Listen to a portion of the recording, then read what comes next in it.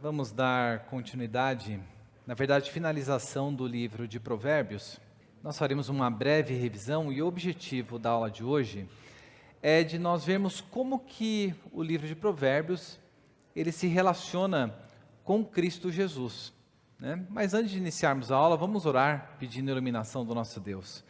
Senhor Deus e Pai, nós mais uma vez agradecemos pelo privilégio que o Senhor nos concede de estarmos na Tua presença para aprendermos mais sobre Ti. Nós desejamos viver vidas marcadas pela sabedoria e não pela insensatez. E é por isso que nós te pedimos, Senhor, ajuda-nos a compreender o livro de Provérbios, dai-nos o desejo de ter um relacionamento pessoal salvífico com a sabedoria, e a fim de que isto venha se desdobrar na nossa vida para a honra e glória do Teu santo nome. E é no nome de Cristo Jesus que nós clamamos por Tua iluminação. Amém. Então, na aula passada nós vimos que os provérbios fazem parte, do nosso dia a dia. Vimos ali sobre o nome, que não se trata unicamente dos provérbios que foram produzidos por Salomão, mas por outras pessoas. Falamos sobre o propósito do livro, para o que o livro foi escrito. Então, para o ensino da sabedoria e o desenvolvimento do temor. Vimos também que sabedoria diz respeito não ao conhecimento que nós temos acumulado no nosso intelecto, mas diz respeito às coisas que nós realizamos, à habilidade que nós realizamos. E vimos ali que essa palavra era usada no Antigo Testamento para se referir à sabedoria, à habilidade que Deus concedia a homens para realizar obras como, por exemplo, a decoração do templo, realizar trabalhos específicos para a obra do Senhor. Vimos também que o temor do Senhor tem a ver com coisas práticas, que a sabedoria é algo prático, e esse temor consiste basicamente, de acordo com o livro de Provérbios, em odiar aquilo que é mal, e dizendo que a sabedoria odeia a soberba, a arrogância e o mau caminho. Vimos então que o propósito do livro é o de ajudar o leitor a desenvolver um conjunto de habilidades práticas para viver de maneira justa no mundo de Deus. Talvez aqui na aula passada, se você prestou atenção, talvez alguma coisa tenha te incomodado nisso daqui, Pelo menos quando eu leio de pronto isso e dizer que o propósito então é de desenvolver um conjunto de habilidades práticas para viver de maneira justa no mundo de Deus. Então será que eu posso pegar esse livro de Provérbios e pegar para uma pessoa que não é crente, ou para uma pessoa que está querendo se dar bem na vida, e passar para ela e dizer, olha, eu estou te passando aqui um livro que tem instruções para você desenvolver um conjunto de habilidades para viver de maneira justa no mundo de Deus? Será que é possível isso? Nós veremos que não, dentro da estrutura do livro de Provérbios. Vimos também que provérbios não são promessas. Então, lembrando lá da passagem conhecida, ensine a criança no caminho que deve andar, e quando ela crescer ela não se desviar dele. Não se trata de promessa, mas de um princípio que, se observado, ele encontrará o seu cumprimento.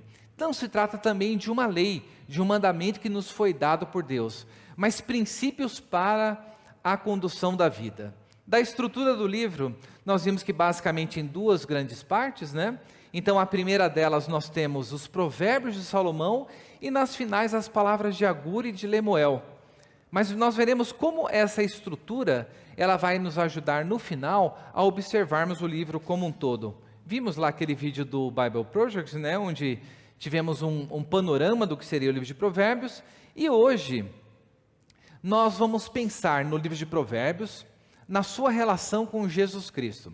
Nós somos cristãos, e nós sabemos que a palavra de Deus, toda a palavra de Deus, ela nos revela algo a respeito de Jesus. Os irmãos se lembram bem, quando os discípulos estavam no caminho de Emaús, Jesus aparece com eles e começa ali a falar para eles sobre a lei, sobre os profetas, tudo, e depois eles falavam, porventura não ardia o nosso coração quando ele nos expunha as Escrituras? E o que Jesus Cristo estava fazendo é mostrando como que as Escrituras do Antigo Testamento encontravam o cumprimento nele. Então, diante disso, Provérbios não pode ser apenas um livro com dizeres de sabedoria, que nós devemos nos apropriar para a nossa vida. Ele tem algo a nos dizer a respeito sobre Jesus Cristo. E nós vemos que os temas principais, então a sabedoria é algo que perpassa o livro de Provérbios. Quando nós passamos para observar o ser de Deus, nós temos em teologia sistemática aquilo que é dito que são os atributos de Deus. Então Deus ele possui atributos comunicáveis, então atributos que ele compartilha conosco, e atributos incomunicáveis. E quando nós olhamos, por exemplo, para o Catecismo Maior do Westminster, na pergunta sobre quem é Deus, olha só o que nós lemos lá. Deus é Espírito, em si e por si infinito em seu ser, glória, bem-aventurança e perfeição, todo suficiente, eterno, imutável, insondável, onipresente, infinito em poder, sabedoria, santidade, justiça, misericórdia e clemência, longânimo e cheio de bondade e de verdade. Dentro desta lista de atributos de Deus, nós vemos que a sabedoria, ela nos é apresentada como um atributo comunicável de Deus. Então nós vemos que o livro de Provérbios fala sobre a sabedoria, o convite que a sabedoria faz. Ela faz o contraste entre o tolo, que nós vimos hoje no Salmo 14, e o sábio, aquele que atenta para a sabedoria como uma pessoa que teme ao Senhor, que é o princípio da sabedoria. E para nós olharmos no livro de Provérbios essa relação com Jesus Cristo, eu vou convidar vocês a abrir, vamos abrir lá o livro de Provérbios, abra no capítulo 8. Então, capítulo 8 de Provérbios. Então, acompanhem, vamos fazer, para que os irmãos participem da leitura também, vamos fazer a leitura alternada do capítulo 8, mas perceba o seguinte enquanto nós estivermos lendo. Dos versículos de 1 a 21, nós veremos que a sabedoria, ela vai estar como que pregando. Ela vai estar falando a respeito de si. Então a sabedoria estará proclamando verdades, enquanto que dos versículos 22 a 34, nós veremos a sabedoria dizendo algo a respeito dela na sua relação com Deus o Pai. Então, do 1 ao 21, que nós leremos de maneira alternada, nós veremos essa pregação que a sabedoria está fazendo. Eu vou ler os versos ímpares e os irmãos os pares. Então, versículo 1. Por acaso não clama a sabedoria e o entendimento? Não faz ouvir a sua voz?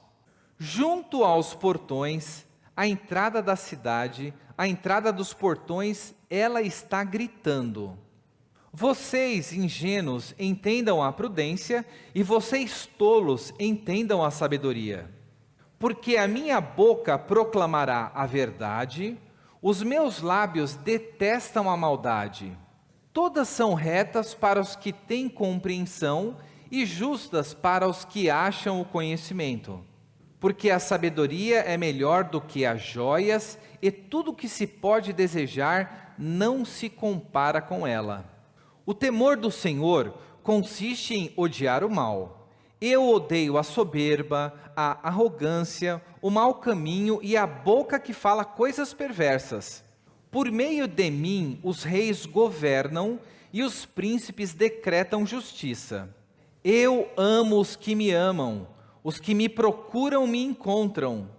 O meu fruto é melhor do que o ouro refinado, e o meu rendimento é maior do que a prata escolhida, para dotar de bens os que me amam e encher os seus tesouros. Fui estabelecida desde a eternidade, desde o princípio, antes do começo da terra. Antes que os montes fossem firmados, antes de haver colinas, eu nasci.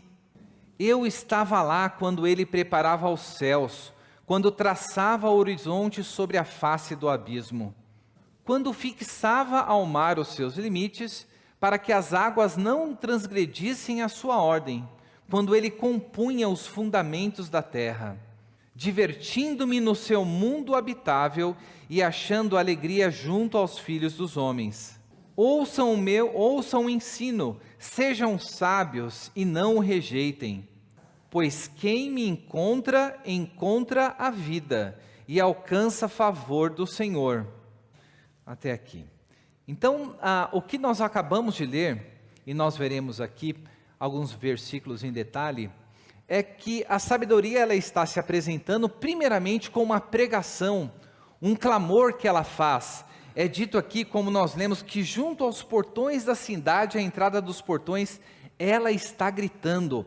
é para vocês, homens, que eu clamo e a minha voz se dirige. E logo depois, nas partes finais do versículo 22 até o final, nós vemos a sabedoria falando algo a respeito dela na sua relação com Deus, dela com a criação, e o que tudo isso tem a nos dizer sobre o ser de Deus, sobre a sabedoria e sobre a pessoa de Jesus Cristo. Então, o que eu verei com vocês aqui em Provérbios 8, nós veremos que há alguns indícios que a palavra de Deus ela nos apresenta para nos mostrar que esta sabedoria que é descrita aqui não é um princípio abstrato, não é uma mera personificação de um atributo de Deus, mas esta sabedoria ela está relacionada justamente com a pessoa de Jesus Cristo. Então a sabedoria que nós temos descrita, não apenas em Provérbios 8, mas nas demais partes do livro de Provérbios, ela está relacionada com a pessoa de Jesus Cristo, ela é o próprio Cristo. E em primeiro lugar nós vamos observar é que a sabedoria, nos versos que nós lemos aqui, ela é apresentada como sendo Deus. Então a maneira como a sabedoria fala a respeito de si, é a maneira como as Escrituras falam a respeito do Deus. Então, embora ela seja apresentada como distinta de Deus, ela possui perfeições divinas e realiza operações, obras que somente Deus pode realizar. Vamos observar isso de maneira mais detida. Dos versículos 27 a 30, observe que a sabedoria, ela se refere como eu e se refere como distinta a Deus. Eu lerei aqui, versículo 27. Eu, a sabedoria, estava lá quando ele preparava os céus, quando traçava o horizonte sobre a face do abismo, estava lá quando ele, Deus, o Pai, o Criador, firmava as nuvens de cima, quando estabelecia as fontes do abismo, quando fixava o mar os seus limites para que as águas não transgredissem a sua ordem, quando ele compunha os fundamentos da terra. Eu estava com ele, era o seu arquiteto, dia após dia eu era a sua alegria, divertindo-me em todo o tempo na sua presença. Veja, a sabedoria ela está sendo apresentada aqui como que junto com o próprio Deus, em que momento da história da redenção? O que esses versículos nos mostram? É no momento da criação. Então, essa distinção, a sabedoria ela está nos mostrando que antes que houvesse a própria criação, nós lemos aqui nos versículos 22, ele fala, o Senhor me possuía no início da sua obra, antes das suas obras mais antigas. Ele fala, versículo 23, fui estabelecida desde a eternidade, desde o princípio, antes do começo da terra. Nasci antes de haver abismos, quando ainda não havia fontes carregadas de águas. Veja, o que existia antes de haver céu e terra? A Trindade. Então, o ser de Deus desde toda a eternidade. Então, quando a sabedoria ela fala que existia antes que houvesse a criação, ela está se referenciando, o que as Escrituras estão nos mostrando, é que ela nos aponta para aquilo que existia antes que houvesse mundo, antes que houvesse a criação. E antes que houvesse mundo e antes que houvesse a criação, lembre-se, no princípio criou Deus os céus e a terra era sem forma e vazia, e o Espírito de Deus pairava sobre a superfície do abismo, e disse Deus, haja luz. Este é o início do relato do Gênesis. E antes disso, o que nós vemos aqui, o que havia eram as pessoas da Trindade, que viviam em comunhão perfeita, e vivem em comunhão perfeita, antes que houvesse a criação de tudo. Então aqui é o primeiro indício que nós vemos no livro de Provérbios, que a sabedoria, ela que se refere como distinta de Deus, ela existia antes que houvesse o mundo, antes que houvesse a criação. E note, a eternidade é um atributo incomunicável de Deus.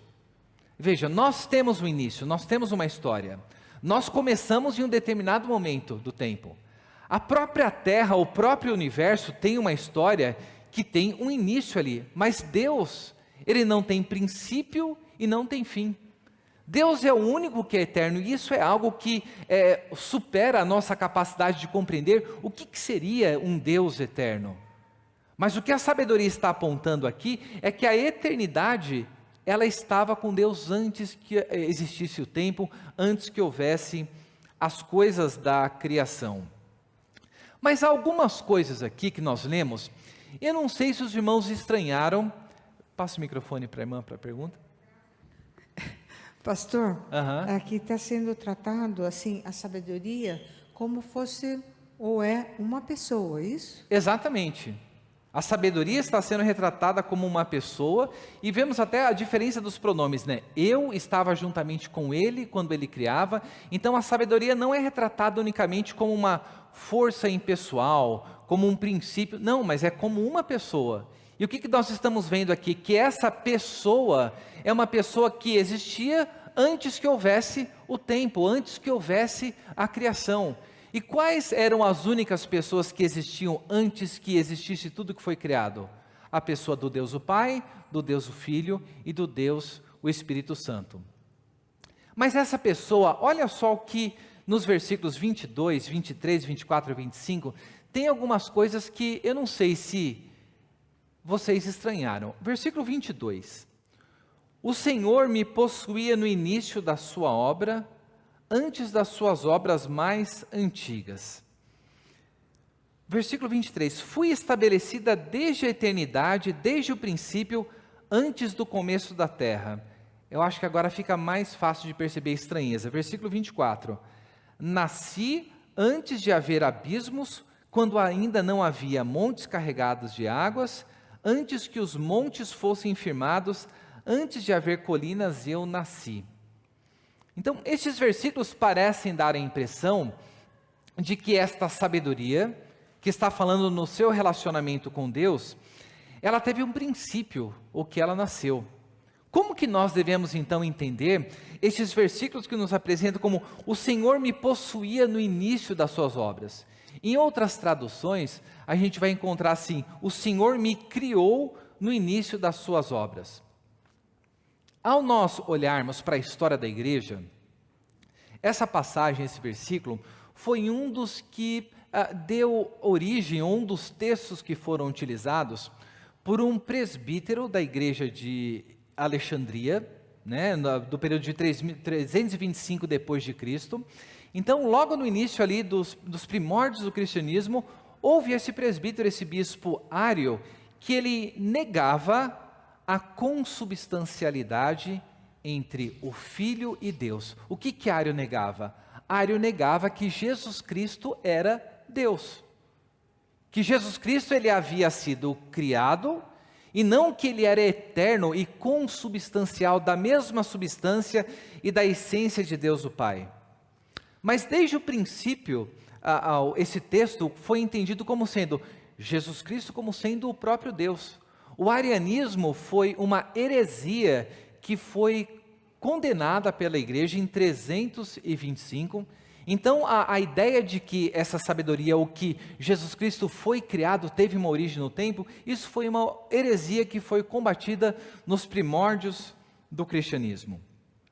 Agora, no versículo 23, a sabedoria fala o seguinte, que eu fui estabelecida desde a eternidade, desde o princípio, antes do começo da terra. O que será que essa palavra estabelecida ela quer dizer? Será que ela está falando também de algum princípio que houve no tempo? Para a gente ver a mesma palavra que é utilizada em uma outra parte das Escrituras, vamos abrir a Bíblia lá no Salmo 2. Lembra, o Salmo 2 é um salmo messiânico, um salmo que fala a respeito de Cristo Jesus. E vamos ver o que no versículo 6 nos é dito ali a respeito do Messias. Então, o Salmo 2, no versículo 6, então, sobre o ungido de Deus, diz o seguinte, a palavra de Deus: eu o constituí o meu rei sobre o monte Sião. Então, aqui Deus falando a respeito de Cristo, e essa palavra, eu o constituí o meu rei, é a mesma palavra que nós encontramos aqui no versículo 23 de Provérbios 8, dizendo que fui estabelecida desde o princípio do tempo. Então aqui é uma outra passagem que nos mostra e que nos afirma que o mesmo termo que é utilizado em Provérbios 8 é o que é utilizado lá no Salmo 2 para fazer referência a Jesus Cristo, dando a ênfase de que a sabedoria ela está sendo apresentada como o próprio Deus. E por fim nós vemos aqui também que em Isaías 42:1, alguém pode abrir a Bíblia em Isaías 42:1 e ler para a gente? Eis aqui o meu servo, a quem sustenho, o meu escolhido, em quem a minha alma se agrada. Veja que Deus está falando a respeito do servo sofredor, do servo do Senhor. É uma referência a Jesus Cristo, que está sendo dita aqui pelo profeta Isaías. E o que é dito a respeito dele é que Deus, neste servo, é alguém em que a alma do Senhor o agrada. Agora volte lá para Provérbios 8, vamos ver o que nos é dito no versículo 30. Acompanhe, versículo 8:30. Eu estava com ele e era o seu arquiteto, dia após dia, eu era a sua alegria, divertindo-me em todo o tempo na sua presença. Observe só, o que é dito a respeito da sabedoria. Eu era a sua alegria, dizendo que era a alegria do próprio Deus, e em Isaías 42:1 nós vemos que no Senhor ele se agradava na sua alma do seu servo. Então, outra referência que nós vemos, uma referência clara, a pessoa de Cristo Jesus como sendo a segunda pessoa da Trindade, que nós vemos a referência aqui no texto que nós acabamos de ler. E por fim, dos versículos 25 e 24, é dito aqui, o termo que é utilizado, que nasci antes de haver abismos, e versículo 25, antes que os montes fossem firmados e houvesse colinas, eu nasci. Como que nós devemos entender essas passagens? Será que nós devemos entender elas como dizendo que a segunda pessoa da Trindade, ela foi criada por Deus, ela nasceu no tempo? Não, o que está sendo apresentado é que a relação de filiação entre pai e filho é o que está estabelecido dentre as pessoas da Trindade. O que a sabedoria ela está dizendo a respeito de si, do seu caráter filial para com o pai, novamente confirmando que a sabedoria é uma dessas pessoas da Trindade. E algo que maravilhoso que é dito a respeito da Trindade e a respeito da pessoa de Cristo Jesus e da sabedoria, nós vemos no versículo 27.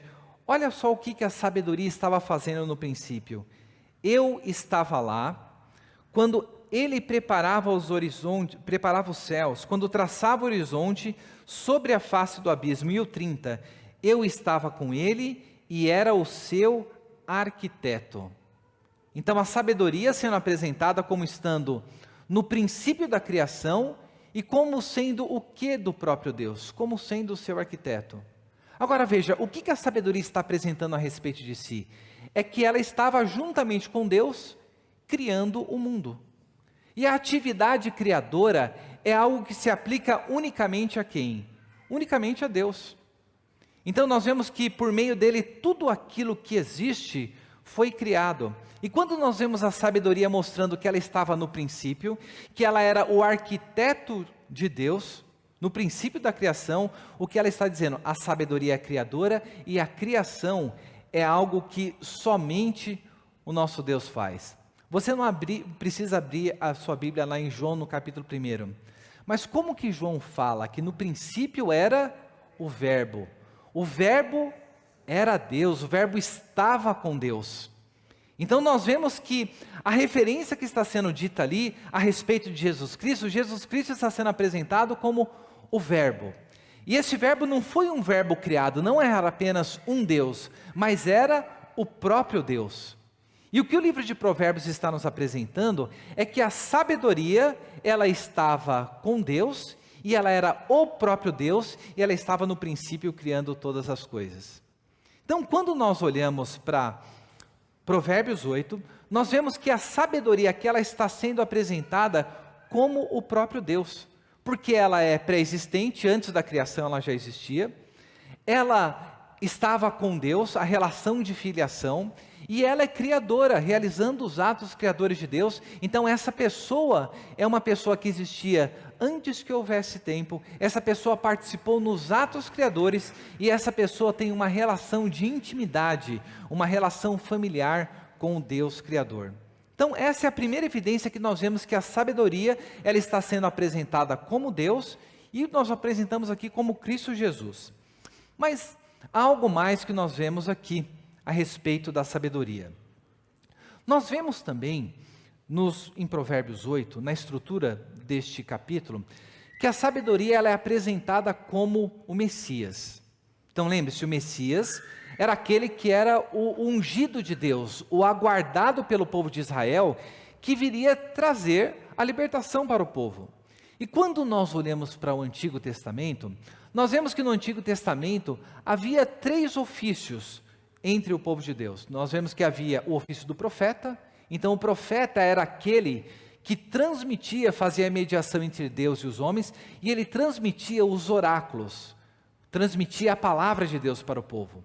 Nós vemos que havia também o ofício sacerdotal.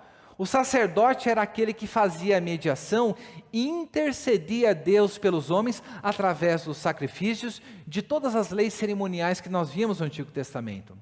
E nós vemos também que no Antigo Testamento havia o ofício real, do rei que exercia o domínio sobre o povo. Nós vemos que Davi foi um dos tipos desse, e o Messias é aquela pessoa que teria todos esses ofícios juntos de si, o ofício sacerdotal, real e profético.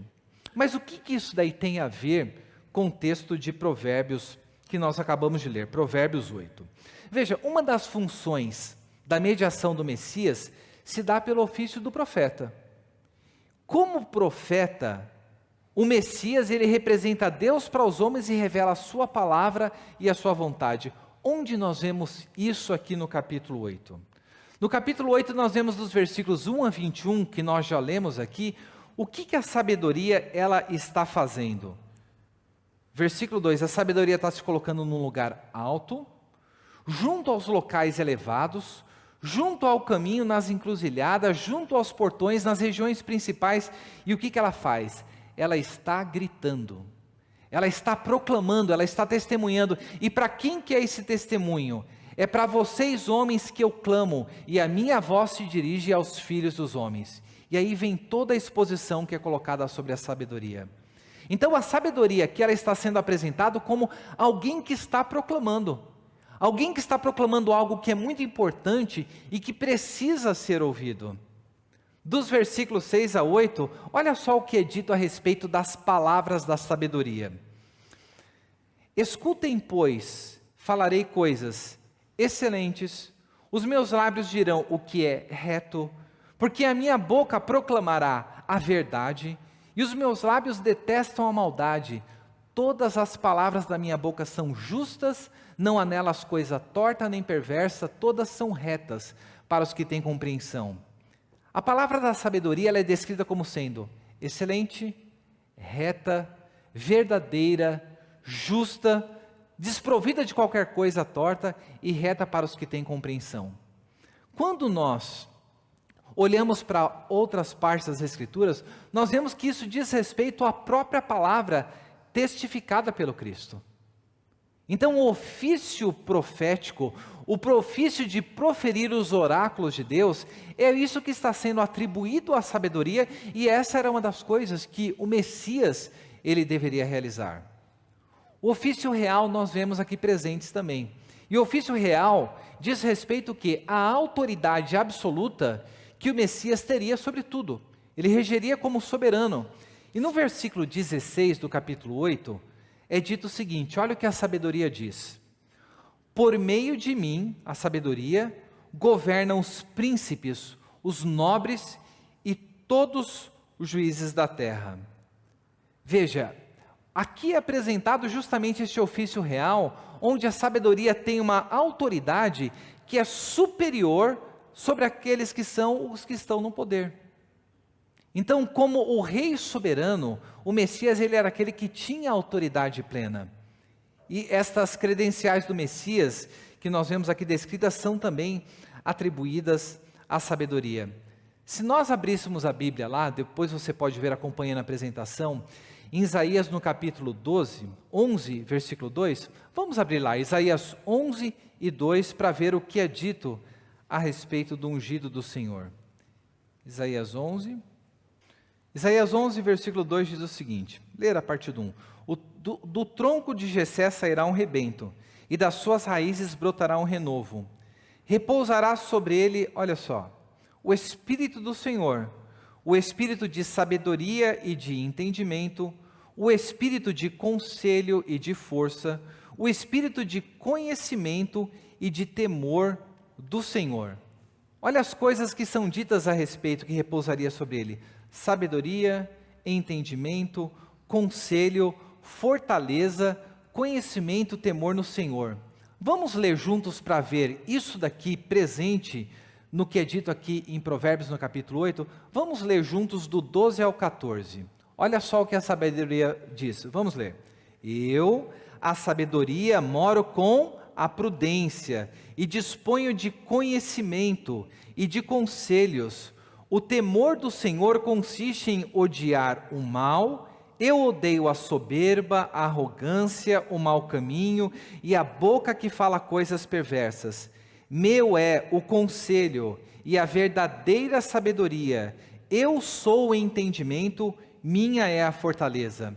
Vocês percebem o paralelo que nós temos aqui em Provérbios 8, nesses trechos sobre a sabedoria, e o que é dito em Isaías 12, a sabedoria como sendo aquela que tem a sabedoria, o entendimento, o conselho, a fortaleza, o conhecimento e o temor do Senhor. Então, por esses trechos nós vemos aqui também que a sabedoria, ela é descrita como um papel, descrevendo coisas que o Messias realizaria. Então, mais uma afirmação nós temos aqui para apontar que a sabedoria está sendo apontada como o próprio Cristo, porque o próprio Cristo é aquele que transmitiria os oráculos de Deus, transmitiria a vontade de Deus para os homens. E nós vemos hoje ele exercendo o seu ofício real, regendo as nações com cetro de ferro, porque ele está sentado à direita de Deus Pai, julgando a todos, ou regendo todas as nações. Até aqui tudo bem? Em terceiro e último lugar, nós vemos que a sabedoria, ela é apresentada também como um objeto de fé. Como assim? A sabedoria aqui em Provérbios 8, ela é apresentada da seguinte forma, que o destino eterno do homem está diretamente relacionado com o relacionamento que ele tem com a sabedoria. Então, dependendo do relacionamento que uma pessoa tem com a sabedoria, o destino dela será um ou será outro. Olha só, nos versículos 35 e 36, diz o seguinte: pois quem me encontra a vida e alcança favor do Senhor.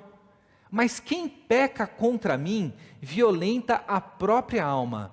Todos os que me odeiam amam a morte. Observa só, nós só podemos pecar contra quem? Nós podemos pecar contra Deus. Nós pecamos sim contra o nosso irmão também, mas em última instância, nós pecamos contra Deus. E o que consiste o pecar?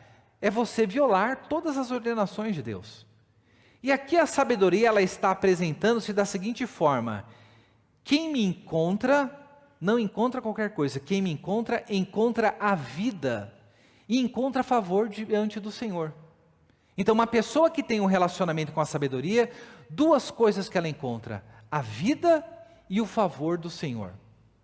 Outra coisa que o texto nos diz, que quem peca contra a sabedoria, violenta a sua própria alma. Então, quem pega com a sabedoria está violentando a própria alma, e ela diz que todos aqueles que me odeiam amam a morte. Observe só, o destino dessa pessoa, ou seja, a morte, o violentar a alma, ou a vida e o favor do Senhor, está diretamente relacionado com o quê? Com o relacionamento que essa pessoa tem com a sabedoria.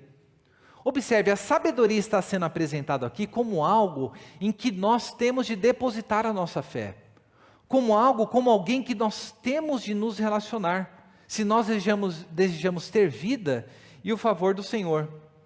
Em Provérbios 1:33, a gente lê o seguinte: mas o que me der ouvido, habitará seguro, tranquilo, sem temor do mal. Novamente mostrando no livro de Provérbios que o relacionamento apropriado com a sabedoria é um relacionamento que garante o quê? A vida e o favor do Senhor sobre a vida dessa pessoa que tem esse relacionamento. Não é o que nós vemos quando nós olhamos para o Novo Testamento e vemos lá na primeira epístola de João dizendo que quem tem o Filho tem a vida, quem não tem o Filho de Deus não tem a vida. Então João está dizendo que se nós temos o relacionamento com o Filho de Deus, quem nós temos é a vida. E o que Provérbios está dizendo que é justamente isso, que essa sabedoria que nós vemos ali revelada é algo com quem nós temos de nos relacionar, algo com quem nós temos de depositar a nossa fé, e nós só podemos depositar a nossa fé em uma pessoa, e essa pessoa é o Filho de Deus. Então as coisas que são descritas aqui também, elas nos apresentam que a sabedoria, ela nos é apresentada como um objeto de fé, como alguém em quem a nossa confiança deve ser observada. E veja quais serão os benefícios para a vida dessa pessoa. Acompanhe na sua Bíblia dos versículos 17 ao 21. Olha o que a sabedoria diz para os que a amam. Eu amo os que me amam, e os que me procuram me encontram. Riquezas, honra estão comigo, bens duráveis e justiça. O meu fruto é melhor do que o ouro refinado, e o meu rendimento é maior do que a prata escolhida. Ando pelo caminho da justiça e sigo as veredas do juízo para adotar de bem os que me amam e encher os seus tesouros. Então olha só as coisas que a sabedoria diz para aqueles que estão relacionados a ela. Às vezes nós paramos para isso daqui, olhamos, então quer dizer que quem tem sabedoria vai ser alguém que vai ser rico. Não, o que está sendo dito aqui, o que a sabedoria ela oferece, é algo que é melhor do que o ouro refinado. Aqui nós vemos uma referência clara aos benefícios que nós desfrutamos da nossa salvação por nós estarmos unidos à pessoa de Cristo Jesus. Então veja, esses elementos que nós vemos aqui em Provérbios 8, ele serve para nos mostrar de que o que nós estamos lendo aqui em Provérbios, e o que Provérbios 8 nos apresenta, e em que outras partes de Provérbios nos apresenta, é que nós estamos ouvindo algo a respeito de uma pessoa. E que essa pessoa nós precisamos nos relacionar com ela. E que o nosso destino está diretamente relacionado com o relacionamento que nós temos com essa pessoa. Então, ao observar esses trechos das Escrituras, nós vemos que a sabedoria que nós estamos vendo aqui é o próprio Cristo Jesus. Mas como que nós podemos confirmar isso no Novo Testamento? Mateus 11:19, olha só o que é dito a respeito de Jesus. Veio o Filho do Homem, comendo, bebendo, e as pessoas dizem, eis aí um glutão, bebedor de vinho, amigo de publicanos e pecadores, mas a sabedoria é justificada por suas obras. Então, o Filho do Homem está sendo associado, ou seja, Jesus Cristo, com as obras da sabedoria, daquele que é a sabedoria, demonstraria que todas aquelas acusações que estavam sendo colocadas por Jesus eram falsas. 1 Coríntios, no capítulo 1, 24, mas para os que foram chamados, tanto judeus como gregos, Cristo é o poder de Deus e a sabedoria de Deus. Então Jesus Cristo está sendo apresentado como sendo o quê? A própria sabedoria de Deus.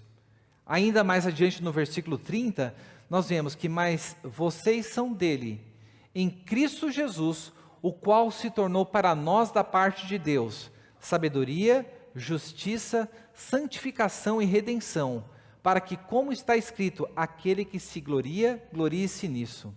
Então, Cristo Jesus novamente apresentado como sabedoria, e por fim, um dos versículos mais belos das Escrituras, apresentando em Colossenses no capítulo 2. Paulo diz o seguinte, faço isto para que o coração deles seja consolado, para que eles, vinculados em amor, tenham toda a riqueza da plena convicção do entendimento, para o conhecimento do mistério de Deus que é Cristo, em quem estão ocultos todos os tesouros da sabedoria e do conhecimento. Então, Cristo é apresentado como aquele em quem todos os tesouros da sabedoria e do conhecimento estão depositados. Veja, diante disso, nós vemos que o que está sendo claro no livro de Provérbios, o que está sendo apresentado, é que se a sabedoria é a segunda pessoa da Trindade, se a sabedoria é a pessoa de Cristo Jesus, isso deve mudar a maneira como nós lemos o livro de Provérbios. Porque uma tendência da gente é de nós lermos como sendo aquele minutos de sabedoria, né? Deixa eu pegar um minuto de sabedoria aqui, mas eu preciso ver o que isso daqui tem a ver com Cristo Jesus. Nós apresentamos essa estrutura no domingo passado. E de maneira geral, se nós pudéssemos resumir, o que os capítulos de 1 a 9 eles estão dizendo para a gente, eles estão dizendo o seguinte, olha, antes de você tentar colocar em prática qualquer uma das coisas que são apresentadas aqui do capítulo 10 até o 31, antes que você viva essa sabedoria na prática, em primeiro lugar, você precisa ter um relacionamento pessoal salvífico com a sabedoria. Então, os capítulos de 1 a 9 nos mostram esses diálogos, nos mostrando que, para que nós possamos viver uma vida de sabedoria, em primeiro lugar, é necessário que nós tenhamos um relacionamento pessoal salvífico com a própria sabedoria. Porque uma vez que nós temos esse relacionamento, a nossa vida, ela deve ser um desdobramento prático do relacionamento que nós temos com a pessoa de Cristo Jesus. Então, onde está Cristo em Provérbios? Então, o livro de Provérbios é um livro de sabedoria prática que ele começa com um convite para acreditar que a sabedoria é a boa mensagem do Evangelho.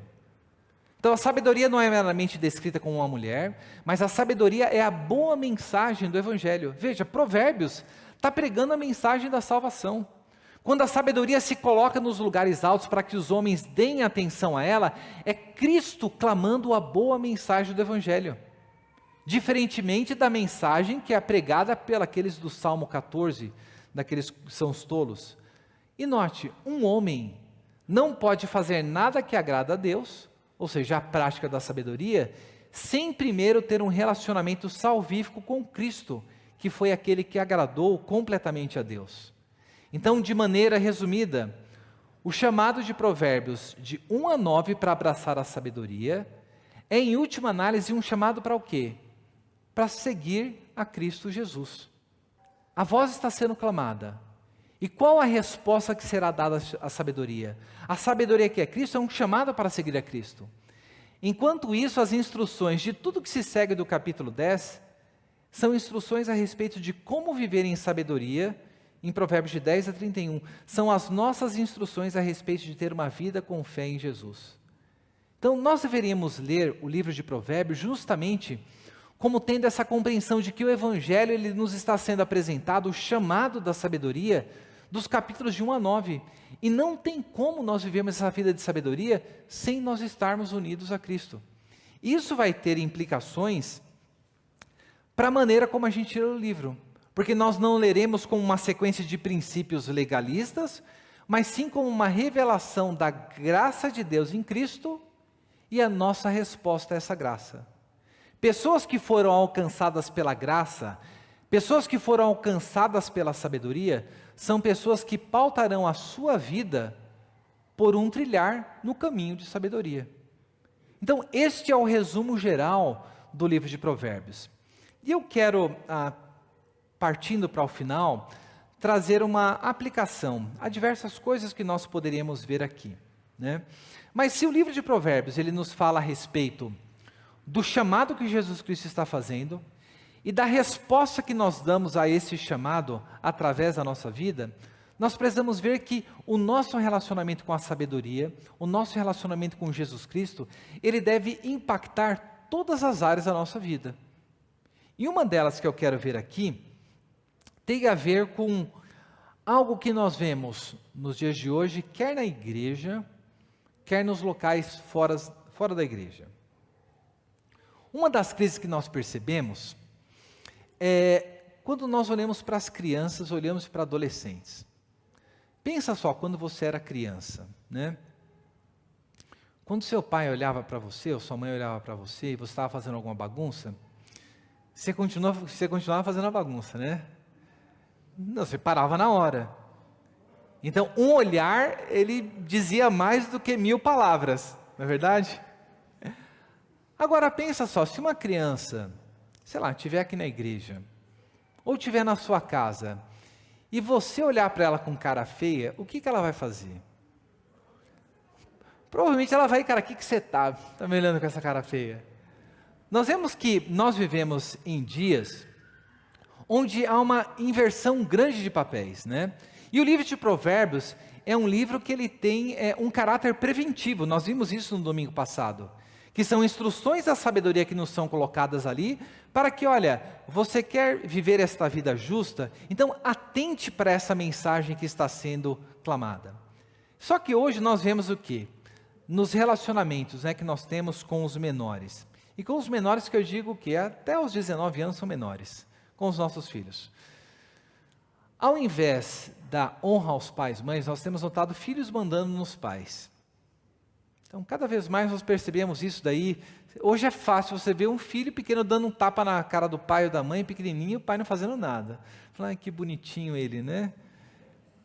Outra coisa que nós notamos, a falta de disciplina. É algo que nós percebemos que hoje as crianças são indisciplinadas. Depois busque, vai lá, depois da escola dominical, né? Digita o seguinte, né? O que é o transtorno do TOD? T-O-D. Então, essa siglinha você vai ver que o TOD é o transtorno opositor desafiador. Então, essa foi uma nova sigla que foi colocada para fazer referência a crianças que ela tem dificuldade a obedecer ordens, a serem submissas. Claro, há muitas outras coisas colocadas para isso. No passado nós tínhamos um outro nome para isso. Mas o que nós percebemos isso é falta de disciplina. Só que hoje, se você for no psicólogo, então do mesmo jeito que ele pode dar um laudo de que a criança ela tem TDAH, ele pode dar um laudo de TOD. Ele fala, não é que a sua criança ela é mal criada, não é que é que ele tem um transtorno opositor desafiador. Busque depois lá para ver. O desrespeito para com os mais velhos, o desrespeito para com as autoridades. Se você for olhar no Instagram, no YouTube, você vai ver vídeos lá de crianças que estão lá na secretaria da escola. Tem de um menininho ele virado no girai, aí ele jogando as coisas no chão e chutando, e ninguém podendo fazer nada, mas estavam filmando a atitude daquela criança, mas um desrespeito total a qualquer tipo de autoridade. Como... Pode falar, Manu. O ano passado, numa das reuniões de escola do Davi, ele estava com 9 anos, era o 3º ano. E aí a professora pediu para os pais conversarem com os filhos em casa, para eles aceitarem apagar quando tivessem errado no caderno. Porque ela falava com vários alunos, está errado aqui, precisa apagar. E eles levantavam o rosto e falavam, não está. E ela dizia, está errado sim, não é assim que escreve, ou não é assim que faz essa conta, e mostrava como que fazia. Mas depois, quando ia revisar os cadernos, não tinha apagado. E eles batiam o pé que não apagava. Então ela falou, a gente não pode fazer nada. A gente precisa pedir para vocês, que vocês falem com eles, para que eles aceitem quando eles estiverem errados. Então observe só. Criança de 9 anos. A criança errada, então os professores, por conta do entendimento pedagógico, não corrigindo, os pais ignorando o que está acontecendo com os filhos e os problemas se aumentando. E como que isso se desdobra no futuro? A pessoa vai para o ambiente de trabalho e aquela coisa, costume de casa, você leva para a praça, não é verdade? A insubordinação no ambiente de trabalho, o descaso para com liderança eclesiástica. Veja quantas vezes pastores, presbíteros, diáconos, professores de escola dominical, pessoas que trabalham na igreja, são assim desrespeitadas. Mas o que a gente ignora é que tudo isso começa no lar. Nós vimos lá o provérbio, né? Ensina a criança que deve andar, que quando ela crescer, ela não se desviará dele. Nós sabemos que isso não é uma promessa que está sendo colocada, mas é um princípio que está sendo estabelecido. E veja, se Provérbios fala do relacionamento que nós devemos ter com a sabedoria, com a pessoa de Cristo Jesus, e que esse relacionamento deve impactar a maneira como eu vivo a minha vida em todos os aspectos da minha existência, eu deveria parar para refletir sobre o que é que Deus pensa da maneira como nós lidamos e educamos os nossos filhos. Só que antes de partirmos para observar o que Provérbios diz, tem um texto das Escrituras que às vezes a gente não gosta muito dele, é lá em Hebreus 12. Abra lá a Bíblia em Hebreus 12.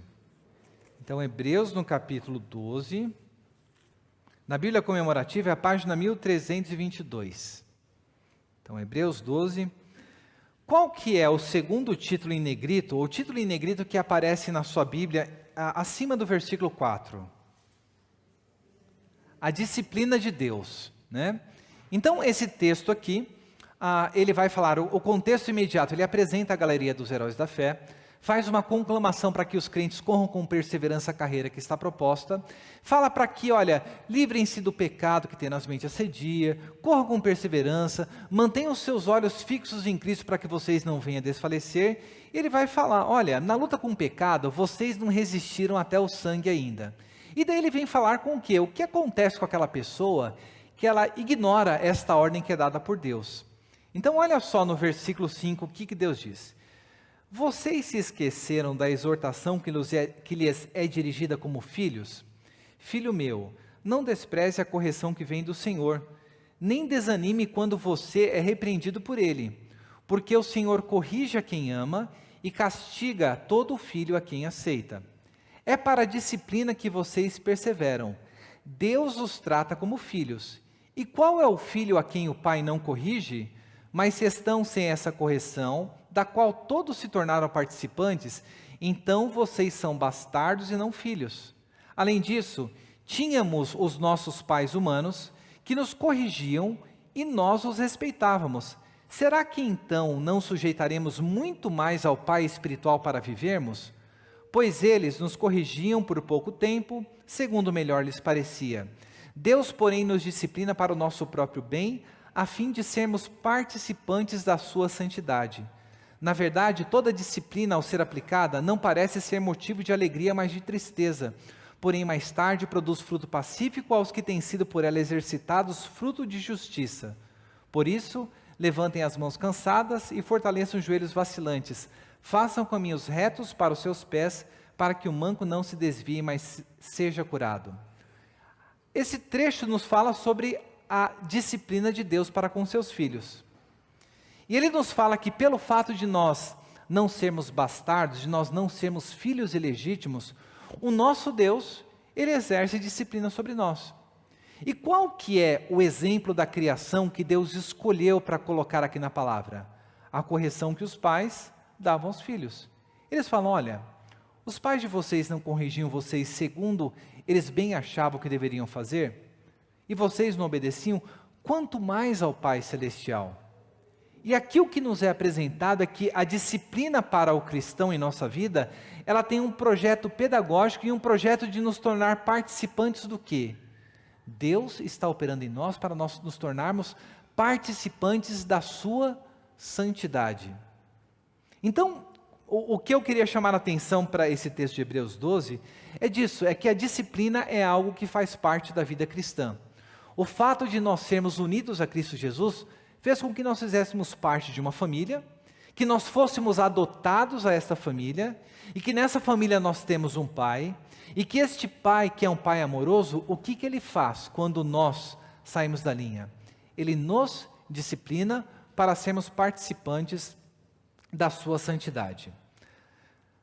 Imagina se fosse nos dias de hoje o pessoal fosse escrever Hebreus 12, falar então, do mesmo jeito que o pai de vocês colocava vocês no cantinho do silêncio, no mesmo lugar que o pai de vocês, ele tinha aquela conversa, aquele minuto de sabedoria conversando com vocês, seria completamente diferente.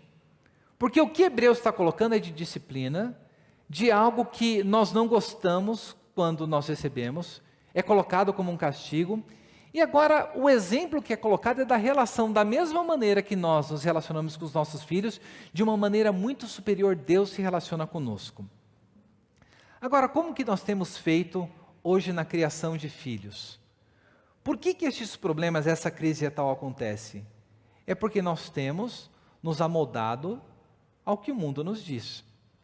E se Provérbios tem algo a dizer para nós precisamos atentar. E eu coloco algumas perguntas para vocês.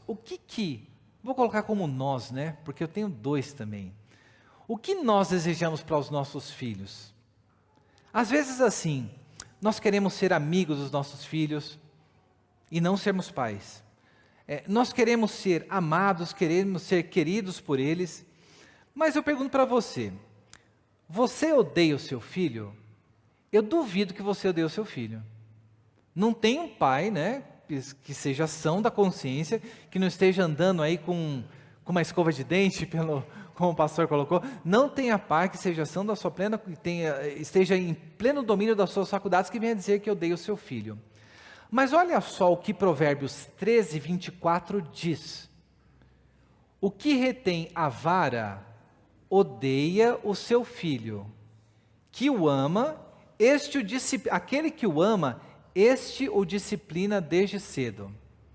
Então veja, lembra, Provérbios é um livro que tem um caráter preventivo. Então, se você não realizou isso durante a vida inteira, não vai ser agora que com 14 anos, com 15 anos, você vai fazer isso com seu filho e vai acontecer alguma coisa. A gente sabe que o que vai acontecer? Revolta e coisas piores.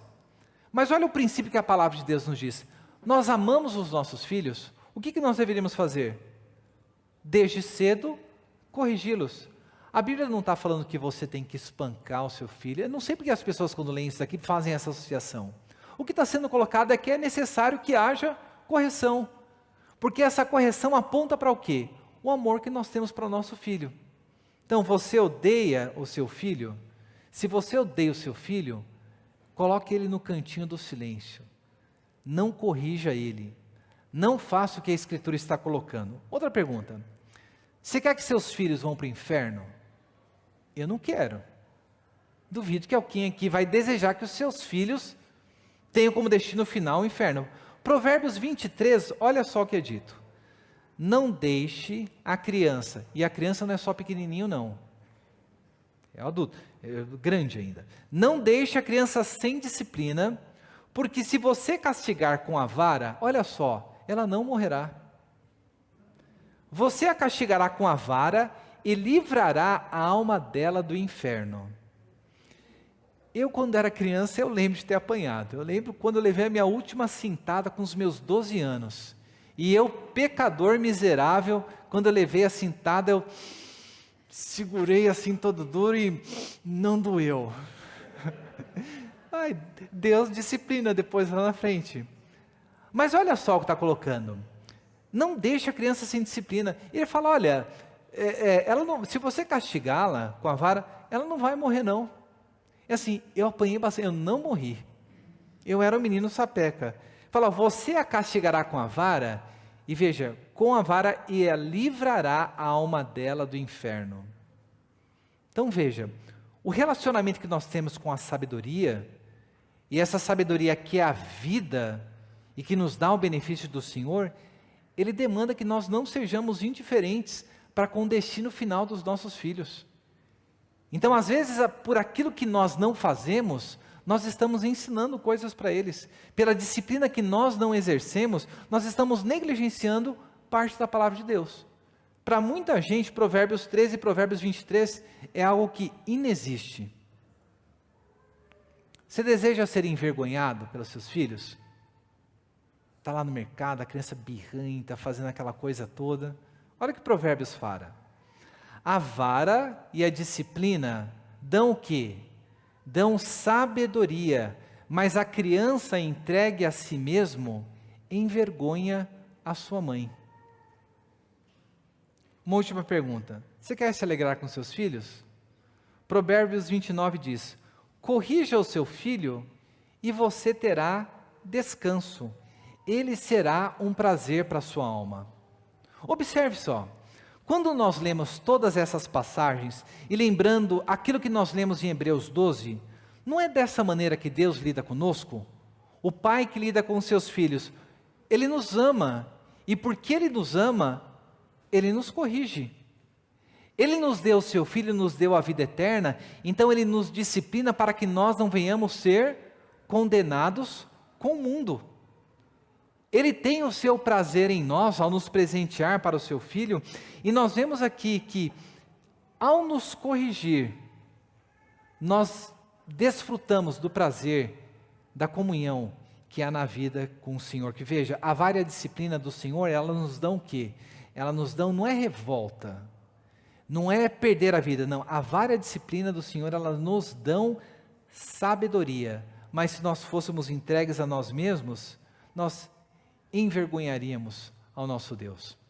Então, de maneira breve, o que eu queria mostrar para vocês é que o livro de Provérbios, ele fala sobre o relacionamento que nós temos com Jesus Cristo e como esse relacionamento, ele deve impactar todas as áreas da nossa vida. inclusive áreas que hoje são negligenciadas como a área de criação dos nossos filhos.